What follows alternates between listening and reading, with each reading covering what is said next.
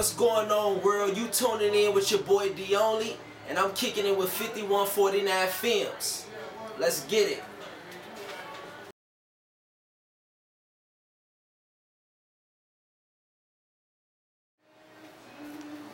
Well, my name wasn't even originally D-onLy from the beginning. When I first started rapping when I was 15 years old, my name was Young Dinero, and that was for Young Money. But as I started thinking a little bit more, I'm like, I might not always want the young part, because as I get older and my music career progress, I don't want people to always call me young. So I dropped the young and I went with Dinero. And then I used to have some friends and they used to call me like Nero, Nero, Nero. So it was like short, it was catchy, and I ran with the Nero part. So I've been rocking with Nero for a minute, but then this year, 2012, I was talking to my brother. I'm like, man, I want to change the name, bro, because I end up finding out it was an artist in Europe, and his name was Nero. He was already established, so I'm thinking as far as like confusing my fans and maybe copyrights and, you know, a little bit down the line in the future, I'm like, let me just change it. I don't want no confusing.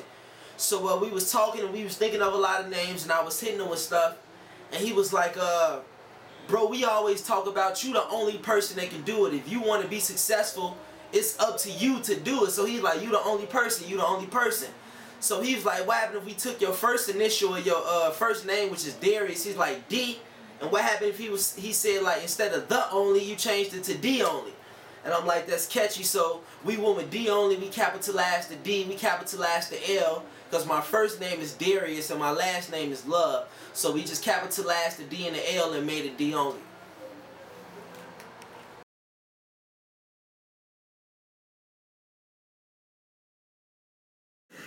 I would say my music is vulnerable.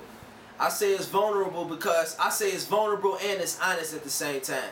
Because I talk a lot about my personal experiences, things I've been through, things I seen first person. So I say it's vulnerable because I focus so much on giving my life story and telling the fans who I am as a person. But then it's also honest because I might be talking about a time that I may regret, or I might have talked about times I made mistakes. And it takes an honest person to talk about true life situations and still convey it and still put it onto a song. So it's like, if I'm going to talk about personal experiences, what makes me vulnerable, but then if I'm going to be honest about it, you know what I'm saying, it's like they go head to head. So it's vulnerable and it's honest, but then it's also conscious. Because outside of me rapping and outside of me actually making songs, I'm a conscious person.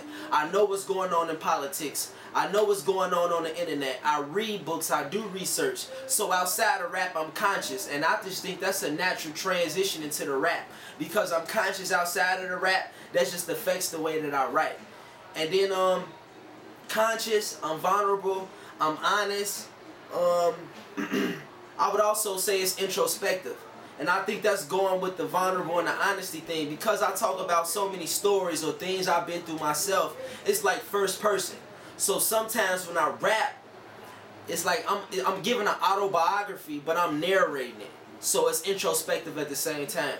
You know what I mean? So it's vulnerable, it's honest, it's introspective, it's all that.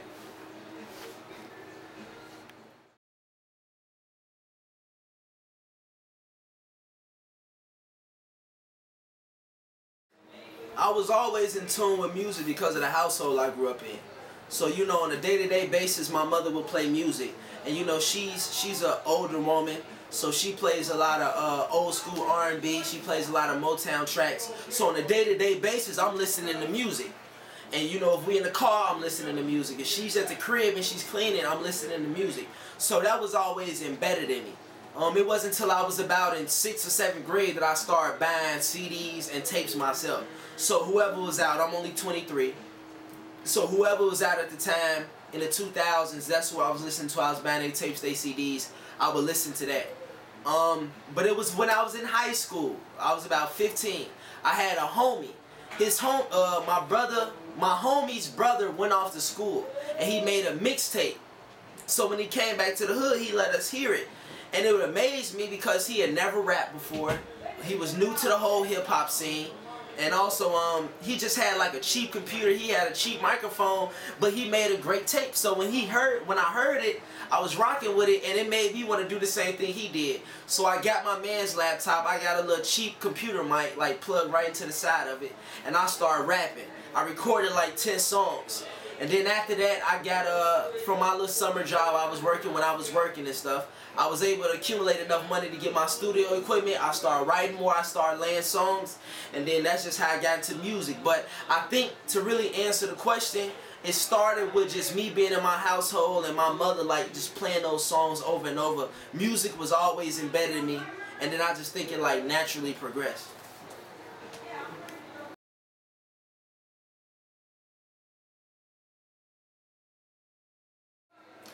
I think my songs, if I had to fall back onto what I said about the sound of my music, my songs they're definitely conscious. So I talk about what's going on in the hood.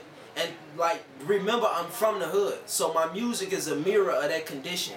So by me being conscious, I talk about coming from the hood. I'm introspective. I talk about my own personal experiences. I talk about what's going on in politics, what's going on in hip hop. So it's conscious. To sum it up, I would say my music is conscious. And because it's based off real life stories, it's like, it's so real that and I think it's because of the fans. Like, I know the fans want to listen to your story. They want to know what separates you from the next MC. So I be who I am. Not to mention that hip hop saved my life. So I rap with that in mind. So I know that it's probably another kid just like me, 16, 17 years old, that's listening to hip hop, and this record might save his song, it might save his life. So I put my life in it. Like, yo, I'm coming from the streets. I ran through the streets. I know about people snitching on you. I know about being in the prison system. I know about what you don't want to do when you come out of school. You thinking about, you know, I don't want to go to college, but I might want to do this. I might want to do that. I know what it is to be that kid. But listening to that music is saving you. So that's what I put into my rhymes. I put that story, I put my life story into it for any kid that might be thinking the same thing. So, yet again, it's introspective, it's vulnerable, but it's also me. It's 100% my story. I have never lied. I tell people all the time, I might tell you more on the song than I might give you if you meet me in person. We might sit down and have a conversation. You might not learn nothing about me. But on a song, I might give you more personal stories. I might tell you about my life before I was a rapper. I might tell you about how I was in my hood. And that's what I put on the song. I put me. So every time you hear me, I figure out a way to convert my story. I rap it in double entendres, metaphors, punchlines, and I make it into a song.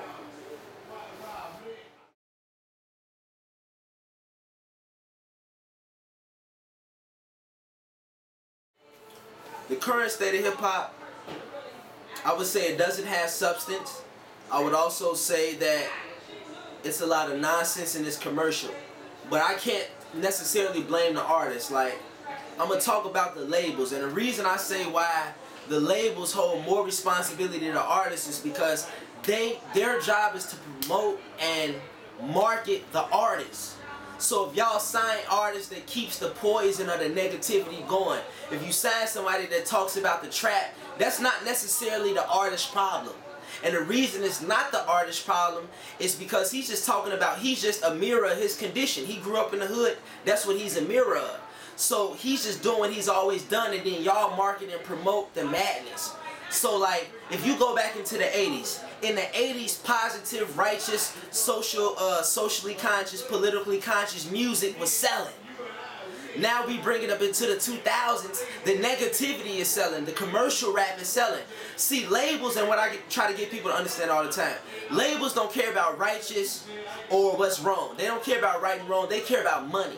So if righteous music is selling, that's what they're gonna push. If negativity is selling, that's what they're gonna push. So I blame the labels for that. But as rappers, what we can do to control that or to counter that is we need to put more substance into the music. You know what I'm saying? Don't be afraid to open up about your story.